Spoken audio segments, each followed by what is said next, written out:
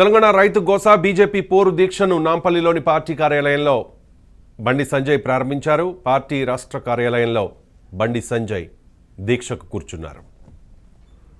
రైతులు పండించిన పంటను వెంటనే కొనుగోలు చేయాలని బండి సంజయ్ డిమాండ్ చేస్తున్నారు. తెలంగాణ రైతు గోసా బీజేపీ పోరు దీక్షను నాంపల్లిలోని పార్టీ కార్యాలయంలో బండి సంజయ్ ప్రారంభించారు. పార్టీ రాష్ట్ర కార్యాలయంలో బండి సంజయ్ దీక్షకు కూర్చున్నారు.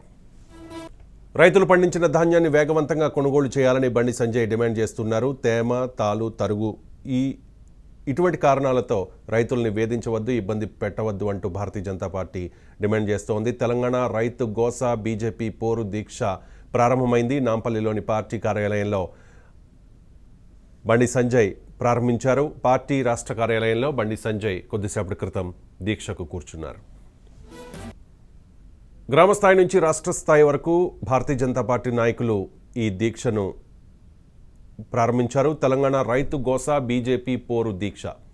ఈ దీక్షను నాంపల్లిలోని పార్టీ కార్యాలయంలో తెలంగాణ బీజేపీ చీఫ్ బండి సంజయ్ ప్రారంభించారు. పార్టీ రాష్ట్ర కార్యాలయంలో బండి సంజయ్ దీక్షకు కూర్చున్నారు. రైతులు పండించిన ధాన్యాన్ని వేగవంతంగా కొనుగోళ్లు చేయాలని, అలాగే తాలు, తరుగు పేరుతో రైతుల్ని వేధించవద్దు అంటూ బండి సంజయ్ డిమాండ్ చేస్తున్నారు.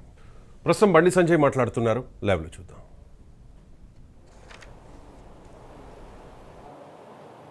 అయినప్పటికీ కూడా తెలంగాణ రాష్ట్రంలో రైతులు పడుతున్న ఇబ్బందిని దృష్టిలో ఉంచుకొని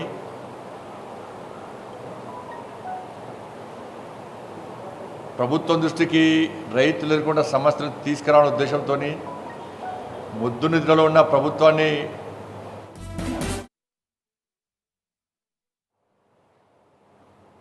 తెలంగాణ రైతుల గోసా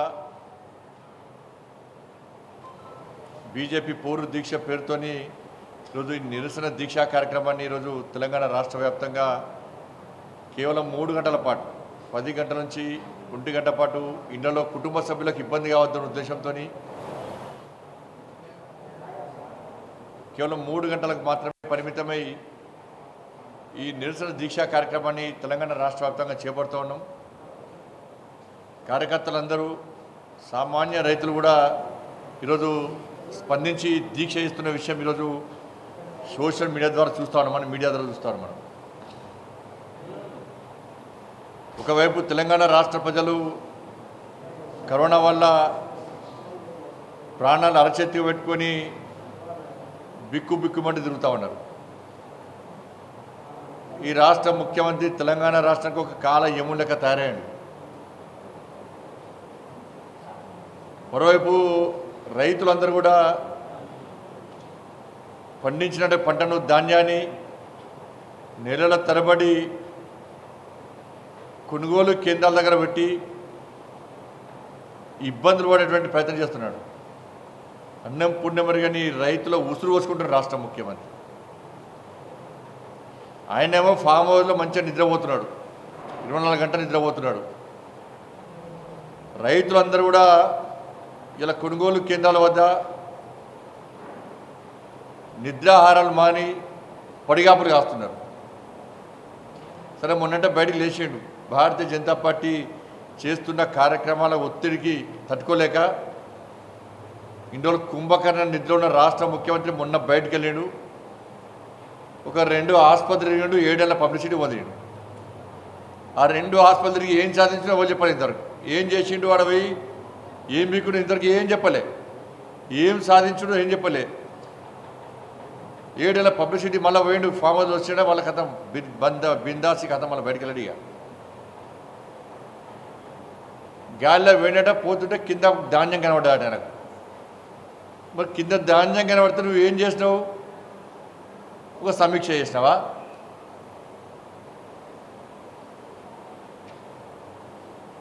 రైతే రాజుని చేస్తాడు. రైతులు బీకారు కాలుతాడు. నువ్వు మాత్రం కోట్లు సంపాదించి ఆ సౌదీ అరేబియా షేకుని ఇచ్చిన షేక్ అయిపోయాను. రైతులు మాత్రం ఇబ్బంది పడుతుంటారు. రేపటి నుంచే రోహిణి కార్తీ ప్రారంభమవుతుంది. వర్షాలు పడతాయి, రైతులు మళ్ళీ దున్నుకోవాలి, మళ్ళీ పంట వేసుకోవాలి. అంటే పంట వేసుకున్నాడా పండించిన పంట కనీసం ధాన్యాన్ని కొనుగోలు లేక ఇలా పడిగాపులు కాస్తూ ఇబ్బంది పడుడా తేల్చుకోలేని అయోమయ స్థితిలో రైతాంగం ఉంది.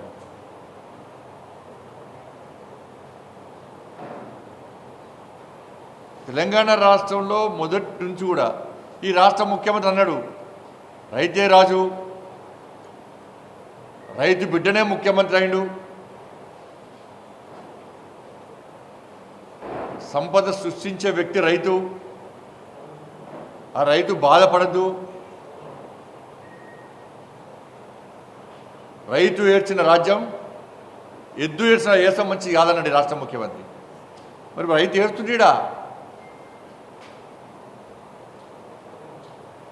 మరి తెలంగాణ రాష్ట్రానికి ఏ విధంగా న్యాయం జరుగుతూ ఆలోచించాలి. సరే, అది అప్పుడు ఇప్పుడు కొత్తగా స్టార్ట్ అయింది తెలంగాణ ఈ రాష్ట్ర ప్రభుత్వంలో. కొడుకు ఏడ్చిన ప్రభుత్వం, అల్లుడు ఏడ్చిన పార్టీ, అందుకే దరిద్రంగా స్టార్ట్ అయింది ఇక్కడ.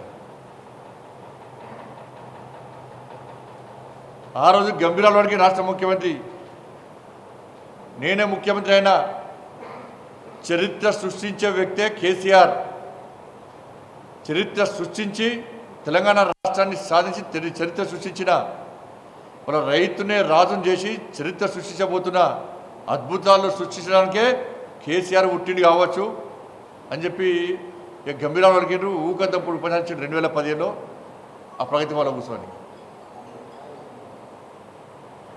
ఉచితంగా యూరియా ఇస్తాడు, ఉచితంగా యూరియా, ఉచితంగా విత్తనాలు, రైతు బంధు, రుణమాఫీ, ఇటువంటి పథకాలు చేసేటువంటి ప్రభుత్వము దేశంలో ఉందా అంటే ఏది లేదు. కేవలం నేను మాత్రమే.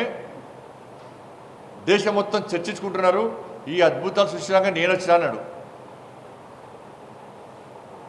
రైతు బంధు ఏడవైంది, రుణమాఫీ ఏడవైంది, ఉచితంగా యూరియా ఎరువులు ఎందుకు ఇస్తలేవు, ఉచితంగా విత్తనాలు ఎందుకు ఇస్తలేవు? ఏది ఇయ్యని ముఖ్యమంత్రి ఈ ముఖ్యమంత్రి, చెప్పింది చేయని ముఖ్యమంత్రి ఈ ముఖ్యమంత్రి, ఏది చేయని ముఖ్యమంత్రి ఈ ముఖ్యమంత్రి. ఇవాళ కనీసము రైతులు నెల రోజుల పండించిన పంటను తీసుకొచ్చి కొనుగోలు కేంద్రాల దగ్గర పెడితే కొనుగోలు ప్రారంభించకుండా పోవడం వల్ల రైతులు ఇబ్బంది పడుతుంటే కనీసం రాష్ట్ర ముఖ్యమంత్రి సమీక్ష చేయాలి. ఇప్పుడు ఏ సమీక్ష చేయడు. పేపర్లకు లీకులు ఇచ్చి పేపర్లో వార్తలు టీవీలో క్లిప్పింగ్లు ఇస్తే న్యూస్ లీకులు ఇస్తారు తప్ప ఏం చేయడు. అనకు రైతు తెలంగాణ రాష్ట్రంలో ప్రజలను ఇబ్బంది పెట్టి నిద్రపట్టే రాష్ట్ర ముఖ్యమంత్రికి ఓసారేమో ఆర్టీసీ కార్మికులు ఇబ్బంది పెడతాడు, వాళ్ళు ఇబ్బంది పడుతుంటే ఫుల్ జల్సాలు చేస్తాడు. ఓసారేమో ఉద్యోగులు ఉపాధ్యాయులు ఇబ్బంది పడతాడు, నిరుద్యోగులు ఇబ్బంది పడతాడు, ఇప్పుడు రైతులు ఇబ్బంది పడుతున్నాడు.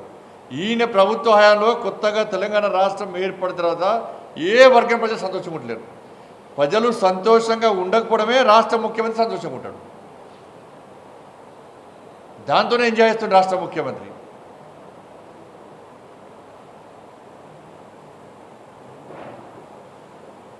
ఇవాళ పండించిన పంటకు కనీసము కొనుగోలు చేసే పరిస్థితి రాష్ట్ర ప్రభుత్వానికి లేదంటే ఇంతకంటే మూర్ఖత్వం ఇంకోటి కాదు.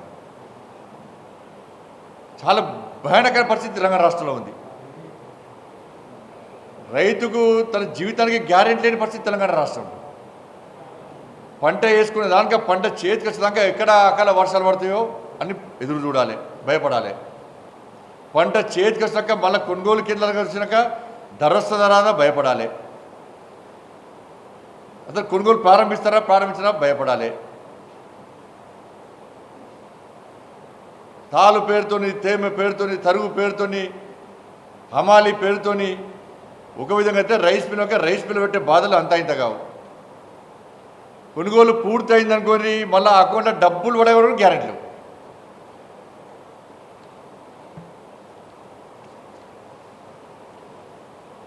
ఇటువంటి పరిస్థితి ఉన్నప్పుడు రైతులను కాపాడాల్సిన బాధ్యత రాష్ట్ర ముఖ్యమంత్రి ఉందా లేదా అర్థం చేసుకోవాలి. ఆయన ఫామ్ హౌస్లో ఎకరానికి ₹1 కోటి సంపాదిస్తుంటాట. మరి నీ ఫామ్ హౌస్లో ఎకరానికి ₹1 కోటి సంపాదించినప్పుడు తెలంగాణ రైతాంగము అదే ఎకరానికి ₹1 కోటి ఎందుకు సంపాదించలేకపోతున్నావు అని చెప్పి నువ్వు ఎందుకు కొలగలబడి చైతన్యం కలిగిస్తలేవు? నువ్వు కోటీశ్వరుని కావాలి, రైతులు కావద్దా? మరి ఏ ప్రాంతంలో పర్యటించి కనీసం సమీక్ష చేసి తెలుసుకొని రైతులు ఎందుకు ఇబ్బంది పడుతున్నారు, ఎందుకు అప్పుల పాలవుతున్నారు? నువ్వు మాత్రం ఫామ్ హౌస్లో చేతిలో సీసా గ్లాస్ పట్టుకొని కూర్చున్నావు ఫామ్ హౌస్లో. ఇవాళ నీ పాలనలో రైతుల్ని భరించలేక ఇలా కొనుగోలు కేంద్రాల్లో చేతుల్లో రైతులందరి చేతుల్లో ఇలా పురుగుల మందు డబ్బా చేతులు పట్టుకొని కూర్చునే పరిస్థితి, దౌర్భాగ్య పరిస్థితి నీ పాలనలో పడొచ్చింది.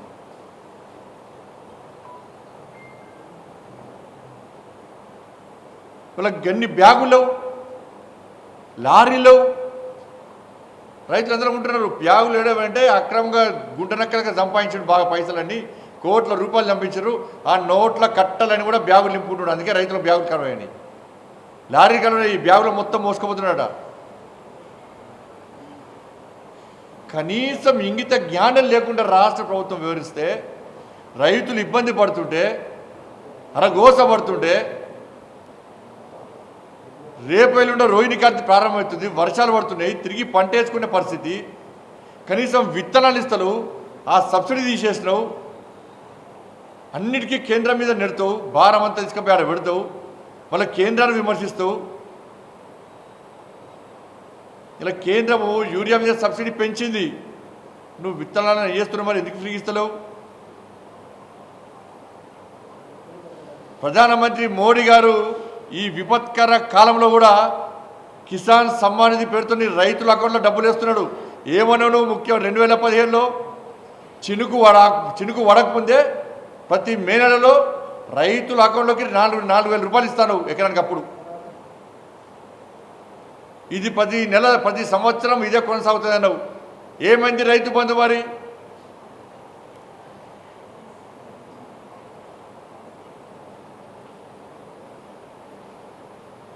ఇవాళ అన్నిట్లలో ఇలా రైతులను అన్నం పుణ్యమరిగిన రైతులను నట్టేట్ల ముంచి వాళ్ళ బాధ పెడుతున్న ప్రభుత్వం. ఇవాళ భారతీయ జనతా పార్టీ కిసాన్ మోర్చా ఆధ్వర్యంలో గత 4 రోజుల నుంచి అన్ని కొనుగోలు కేంద్రాల్లో పర్యటిస్తున్నాం. అక్కడ అధికారులకు చెప్పడుతున్నాం, అధికారులు చేతులు చేసిన ప్రభుత్వం నుంచి ఏం ఆదేశాలు లేవు, ఇంకా 3-4 రోజుల మొత్తం కొనుగోలు పనిచేస్తాం, రైతుల బాధలు మాకు సంబంధం లేదు, ప్రభుత్వం నుంచి ఏం ఆదేశాలు రాలే, మాకు కనీస సౌకర్యం కల్పించలేకపోతున్నాం, రైతులు తిరగబడుతున్నారు, రైతులు ఇబ్బందులు చూడలేకపోతామని చెప్పి ఒకవైపు అధికారులు బాధపడుతున్నారు. మళ్ళీ మధ్యలో కొంతమంది బ్రోకర్లు, టీఆర్ఎస్ పార్టీ నాయకులు బ్రోకర్లు స్టార్ట్ అయ్యారు, కమిషన్ ఏజెంట్గా మారారు, తాళ పేరుతోని తేమ పేరుతోని ఇబ్బంది పడుతున్నారు, ఇబ్బంది పెడుతున్నారు. రైస్ మిల్లు కొనుగోలు చేస్తలేరు, రైస్ మిల్లు కొట్టలేరు, లోడ్లకు లోడ్లు, లారీలు, ట్రాక్టర్ రైస్ మిల్ దగ్గర క్యూ కట్టినాయి, పాత మెటీరియల్ బయటకు పోతలేదు, వీటిని ఏడబెట్టాలని చెప్పి రైస్ మిల్స్ గగ్గోలు పడుతున్నారు. ఇన్ని బాధలు పడుతుంటే కనీసము దాని గురించి పట్టించుకున్న పాపన రాష్ట్ర ముఖ్యమంత్రి వల్లే ఈ దృష్టి మలచడానికి నిన్న 2 హాస్పిటల్ వేయడు. రైతుల దృష్టి మళ్లించాలి. మేము చాలా రోజుల నుంచి భారతీయ జనతా పార్టీ గత 20 రోజుల నుంచి కొడుతున్న రాష్ట్ర ముఖ్యమంత్రిని, వర్షాలు పడే ప్రమాదం ఉంది, వాతావరణ శాఖ హెచ్చరిస్తున్నది, కొనుగోలు కేంద్రాల్లో ధాన్యం నిల్వ అక్కడే ఉన్నది, రైతులు పడిగాపులు కాస్తున్నారు, నువ్వు పంట తీసుకెళ్ళవసరం లేదు, పంట పొలాల దగ్గరికే ట్రాక్టర్లు వస్తాయని చెప్పన్నావు, ఆడగచ్చ కొంటామన్నావు. ఒక్క మాటను కనీసం నిలబెట్టుకోలేని ముఖ్యమంత్రి దేశంలో ఉన్నాడంటే ఈ రాష్ట్ర ముఖ్యమంత్రి పడే. వాళ్ళ 1,20,00,000 మెట్రిక్ టన్నుల ధాన్యము పండిందని చెప్పి నీ శాఖనే చెప్పింది. ఇవాళ ఇప్పటి వరకు కూడా కనీసము 70 లక్షల మెట్రిక్ టన్నుల ధాన్యాన్ని కూడా కొనుగోలు చేయలేను. ఇంకా 50 లక్షలు బాకీ ఉన్నది. ఇంకేడ ఉంటావు నువ్వు? రైతులు ఏడికి పోవాలి?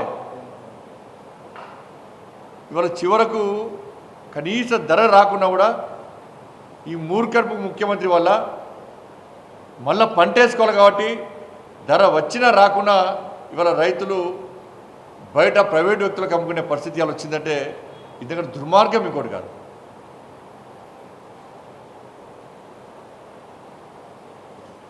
కాబట్టి ఇప్పటికైనా రాష్ట్ర ముఖ్యమంత్రి స్పందించకుండా ఏం అయ్యలేదు. రాష్ట్ర ముఖ్య చేతులు ఏం లేదు, అయిపోయింది, చేతులు ఎత్తేసి రాష్ట్ర ముఖ్యమంత్రి. రైతులందరూ దేవుడి మీద భారం పెట్టి మొక్కుతుండ్రిగా, ఈ రాక్షసుని భారం నుంచి కాపాడు దేవుడా, ఈ మూర్ఖత్వ ముఖ్యమంత్రి మారడిగా, మాటలు తప్ప చేతుల్లో ఏముండదు. అది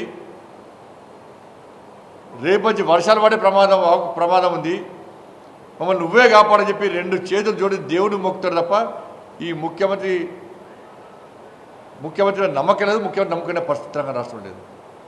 అందుకే దీనికి నిరసనగానే భారతీయ జనతా పార్టీ ఈరోజు ఈ 3 గంటల పాటు కేవలము రాష్ట్ర ప్రభుత్వము రాష్ట్ర ముఖ్యమంత్రి దృష్టికి రైతాంగ సమస్యలను చెప్పడానికి మాత్రమే, తీసుకుపోవడానికి మాత్రమే, కోవిడ్ ఉన్నప్పుడు కూడా కోవిడ్ వల్ల కుటుంబ సభ్యులు ఇబ్బంది పడుతున్న భావనతో ఈ 3 గంటల పాటు ఈ నిరసన దీక్షా కార్యక్రమాన్ని ఈరోజు చేపడుతున్నాం. అన్ని గ్రామాల్లో పోలింగ్ బూత్ల వారిగా భారతీయ జనతా పార్టీ కార్యకర్తలు వాళ్ళ ఇంటికి పరిమితమై ఈరోజు 3 గంటల పాటు ఈ నిరసన దీక్షా కార్యక్రమాన్ని చేపడుతున్నారు. అనేక ప్రాంతాల్లో రైతులందరూ కూడా స్వచ్ఛందంగా భారతీయ జనతా పార్టీ చేపట్టే ఈ దీక్షకు మద్దతు తెలపడం నిజంగా చాలా సంతోషం. ఇప్పటికైనా ఈ నిరసన దీక్షను గుర్తించి, రైతుల సమస్యలను గుర్తించి, రైతాంగం యొక్క ఇబ్బందులను గుర్తించి రాష్ట్ర ముఖ్యమంత్రి తక్షణ చర్యలు చెప్పని చెప్పి భారతీయ జనతా పార్టీ డిమాండ్ చేస్తూ ఉన్నది. యుద్ధ ప్రాతిపదికన ధాన్యాన్ని కొనుగోలు చేయాలి. తడిసిన ధాన్యాన్ని కూడా ఏ కుంటి సాకులు చెప్పకుండా కొనుగోలు చేయాలి. బకాయి ఉన్న రైతు బంధువులు వెంటనే డబ్బులు చెల్లించాలి.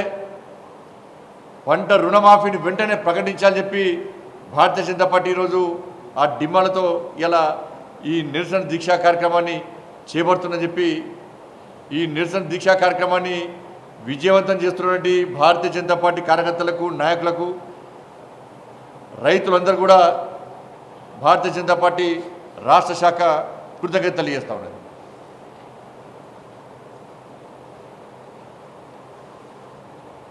ఈరోజు రాష్ట్ర పార్టీ కార్యాలయంలో భారతీయ జనతా పార్టీ రాష్ట్ర ప్రధాన కార్యదర్శి శ్రీ గుజ్జల ప్రేమేందర్ రెడ్డి గారు, రాష్ట్ర భారతీయ జనతా పార్టీ కార్యదర్శి శ్రీ ప్రకాష్ రెడ్డి గారు, రాష్ట్ర కోశాధికారి శ్రీ శాంతికుమార్ గారు, రాష్ట్ర అధికార ప్రతినిధి శ్రీమతి రజనీ గారు ఈ కార్యక్రమంలో పాల్గొంటున్నారు. ఏ రాష్ట్రంలో రైతులు ఇబ్బంది పడతలేరు, మరి ఏ రాష్ట్రంలో ముందే చెప్పాలి, మొదట కొనుగోలు చేస్తామని ఎందుకన్నాడు. మరి హర్యానాలో అయిపోయింది ఆల్రెడీ. అన్ని రాష్ట్రాల్లో మంచి విషయాలు పోల్చుకోవాలి, చెడు విషయాలు ఎందుకు పోల్చుకోవాలి. రాష్ట్ర ముఖ్యమంత్రి ఎక్కడైతే కొనుగోలు చేసిందో ఆ రాష్ట్రంతో పోల్చుకోవాలి. ముఖ్యమంత్రి వాళ్ళ రాష్ట్రంలో కొనుగోలు అయిపోయింది, మొత్తం దాంట్లో ఏ స్థానాలే, ఏదో ఒకటి రాష్ట్రంలో కొనుగోలు జరగకుంటే దాన్ని ఆధారం చూపడతాడు. మంచి చూపడతాడు, చెడు చూపడతాడు. మంచి అనేది ముఖ్యమంత్రి డిక్షనరీ లేదు.